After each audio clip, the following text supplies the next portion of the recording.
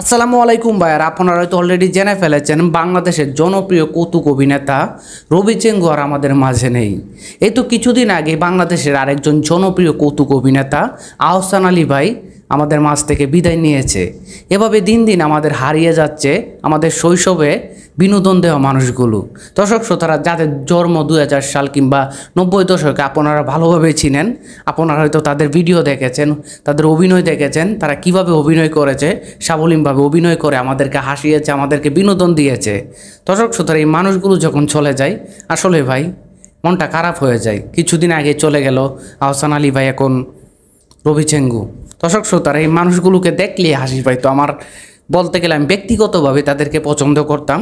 ছোটোবেলা থেকে বলতে গেলে তাদের ভিডিও আমি দেখতাম, বিশেষ করে চায়ের স্টলে। আমি গ্রামেই বড় হয়েছি, আমি গ্রামের ছেলে। চায়ের স্টলে তাদের ভিডিওগুলো চালানো হতো, এগুলো এলাকার মানুষজন জড়ো হয়ে ভিডিওগুলো দেখতো, তারা হাসতো, খুশি হইতো, আনন্দ পাইতো তাদের ভিডিওগুলো দেখে, সেখান থেকে বিনোদন নিত। দর্শক শ্রোতারা এভাবেই আমাদের মাঝ থেকে হারিয়ে যাচ্ছে মানুষগুলো। এই মানুষগুলোর মতো মানুষ আমরা কি পরবর্তী জেনারেশন কিংবা সামনে আমরা পাবো কিনা জানি না। আমাদের শৈশবের বলতে গেলে বিনোদনের খোরাক দিত এই মানুষগুলো। এর আগেও আমরা দেখেছি বাংলাদেশে বিভিন্ন ধরনের এরকম কমেডি অভিনেতা, কৌতুক অভিনেতা এসেছে, কিন্তু এই যে এই ব্যক্তিগুলোর নাম বললাম, আহসান আলী বাদাইম্মা কিংবা রবি চেঙ্গু বাদাইম্মা, তাদের মতো কিন্তু কেউ আসতে পারে নাই। অনেকে এসেছে, অশ্লীলতা ছড়াইছে, মানুষজনের কাছে যাওয়ার জন্য, ভিউজ পাওয়ার জন্য অশ্লীল শব্দ ব্যবহার করেছে। কিন্তু তাদের যে অভিনয়গুলো, তাদের যে কৌতুকগুলো আপনারা যদি ভালোভাবে ফলো করেন, তারা কোনো অশ্লীলতা ছড়ায় নাই। তারা সাবলীলভাবে, সাধারণভাবে, সামাজিকভাবে আমাদেরকে বিভিন্ন ঘটনাকে কেন্দ্র করে আমাদেরকে বিনোদন দিয়েছে। তাদের বিনোদন দেখে ভাই আমি প্রচুর হেসেছি।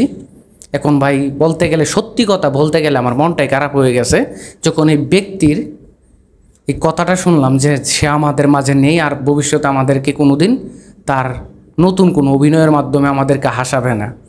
আমি ভাই প্রচুর তাদের ভিডিও দেখতাম। বলতে গেলে ছোটোবেলা বিভিন্ন স্কুলের মধ্যে, ক্লাসের মধ্যে বিভিন্ন ধরনের সাংস্কৃতিক অনুষ্ঠান হলে সেখানে আমি তাদের যে অভিনয়গুলো, যে গল্পগুলো, এই গল্পগুলো আমি অভিনয়ের মাধ্যমে দেখাইতাম, সেখান থেকে আমি পুরস্কারও পাইতাম। আসলে ভাই মানুষ হাসতো, মূলত তারা মানুষদেরকে হাসাইছে, লাখ লাখ কোটি কোটি মানুষদেরকে হাসাইছে। দেশে কোটি কোটি মানুষ তাদেরকে চেনে, তাদেরকে ভালোবেসেছে। বলতে গেলে এখন অনেকে বলতে পারেন যারা শহরে থাকেন তাদেরকে হয়তো চিনবেন না ভালোভাবে। আসলে ভাই যারা গ্রামে বসবাস করে বিশেষ করে তারা আপনারা চিনেন, কারণ শহরের মানুষ তাদের যে কন্টেন্টগুলো, তারা যে ফানি বিনোদনগুলো করতে, এগুলো হয়তো ভালোভাবে বুঝে না। কিন্তু গ্রামে যারা ছিলেন আপনাদের সাথে হয়তো মিলে গেছে এই কন্টেন্টগুলো, আপনাদের সাথে আশেপাশের ঘটনার সাথে এই ঘটনাগুলো মিলে গেছে, যে কারণে আপনারা মুগ্ধ হয়ে তাদের ভিডিও দেখেছেন।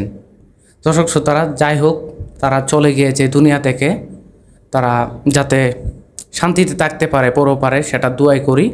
সকলে ভালো থাকবেন। আজকে আর ভাই কথা বলার মতো ভাষা হারায় পাচ্ছি, কথা বলতে পারতাছি না এই মানুষগুলোকে ছাড়া।